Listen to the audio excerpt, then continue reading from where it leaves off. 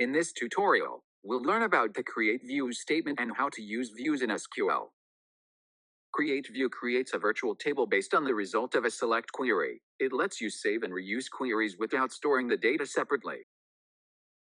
Create view name as select column 1, column 2 from table name where condition creates a virtual table with a chosen name based on the results of a select query. It selects specific columns from an existing table, retrieves data from that table, and applies a condition to filter which rows are included in the view. The view does not store the data separately. Instead, it saves the query so the data can be accessed and displayed whenever the view is used. In this example, we'll continue to use the music table to demonstrate how views work in SQL.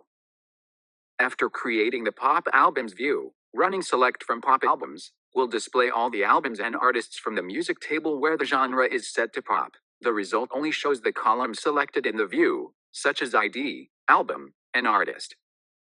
Recap: after a view is created, use a select statement to see the data inside the view. Select from Pop Albums retrieves and displays the data stored in the Pop Albums view. You have completed the tutorial. You should now understand how to create views and use select statements to retrieve data from them.